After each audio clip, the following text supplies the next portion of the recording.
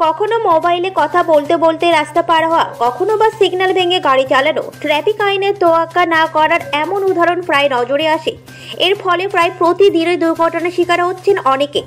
পড়ুয়ারা যাতে নিরাপদে বিদ্যালয়ে আসতে পারে ও রাস্তা পারাপার করতে পারে তার জন্য হরিশ্চন্দ্রপুরের একটি বেসরকারি বিদ্যালয় বিবেকানন্দ শিশু অঙ্গন নার্সারি নামে বিদ্যালয়ে বৃহস্পতিবার সেফ ড্রাইভ সেভ লাইফ নিয়ে সচেতনতা শিবির করা হয় হরিশ্চন্দ্রপুর থানার ট্রাফিকের তরফে।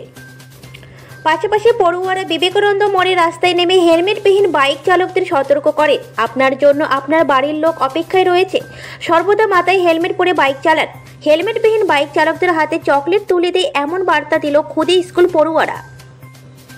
এই নার্সারি স্কুলের উদ্যোগে অনুষ্ঠানে উপস্থিত ছিলেন হরিশ্চন্দ্রপুর থানার ট্রাফিক ইনচার্জ নিখিল চৌধুরী ও হরিশ্চন্দ্রপুর থানার আইসি মনোজিৎ সরকার সহ অন্যান্যরা। রাস্তায় চলতে গেলে ট্রাফিক আইন মেনে কেমন করে চলতে হয় সেই সমস্ত বিষয়ে ছাত্রছাত্রীদেরকে জানকারি দেওয়ার পাশাপাশি লাল, হলুদ ও সবুজ সিগন্যাল এলইডি ডিসপ্লে ছবির মাধ্যমে ছাত্রছাত্রীদের বুঝিয়ে দেন ট্রাফিক ইনচার্জ নিখিল চৌধুরী। এই অনুষ্ঠান প্রায় 1 ঘন্টা ধরে চলে। হেলমেট পুলিশের হাত থেকে রেহাই পাওয়ার জন্য নয়, বাড়ি ফিরে পরিবারের সঙ্গে দেখা করার জন্য পড়ুন।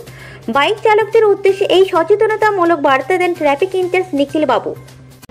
এই বার্তাটা হলো যে এই বাচ্চাগুলো নিজের বাড়িতে গিয়ে এই জিনিসগুলো বুঝাই গার্জেনকে, পাড়া প্রতিবেশীকে, যে এই যে হেলমেটটা অবশ্যই পরা দরকার আছে। হেলমেটটা পরলে নিজের জীবনের সেফটির জন্য। এইটুকু স্যার। একটা বাইকে কতজন উঠে স্যার মানে যেতে পারে, বা একটা বাইকে 1 জন থেকে 2 জন উঠতে পারবে। 1 জন উঠলে 1 জনের হেলমেট লাগবে, 2 জন উঠলে 2 জনের হেলমেট লাগবে।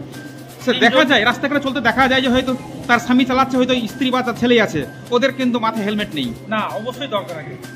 1 জন হেলমেট পরে থাকলে পিছনে যে থাকবে তাকেও হেলমেট পরতে হবে।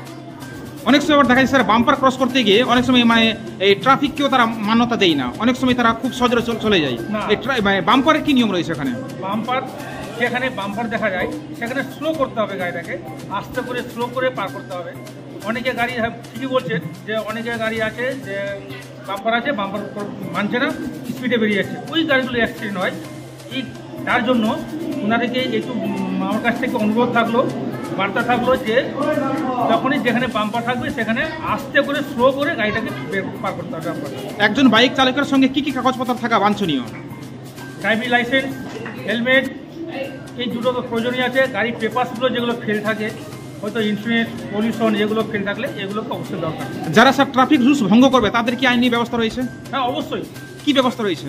তাদেরকে পানিশমেন্ট দেওয়া হয়, তাদেরকে পানিশমেন্ট ফাইন করা হয়। গাড়িকে ট্রাফিক রুলস যদি না মানে তাদেরকে ফাইন করা হয়, ফাইন করে সে আমরা করছি। স্যার সরকারের পক্ষ থেকে এদের উপর অভিযান চালানো হচ্ছে? হ্যাঁ, প্রত্যেক জায়গায় এটা সেফ লাইফের প্রোগ্রাম করি আমরা। এই বার্তা দিচ্ছি যে মানুষকে সতর্ক করছি যে মানুষ সতর্ক হোক, যত ভালোভাবে হেলমেট পরে।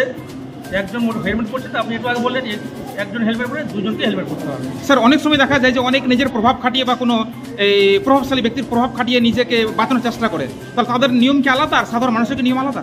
প্রত্যেকের নিয়ম একই, সে ছোট হোক সে বড় হোক।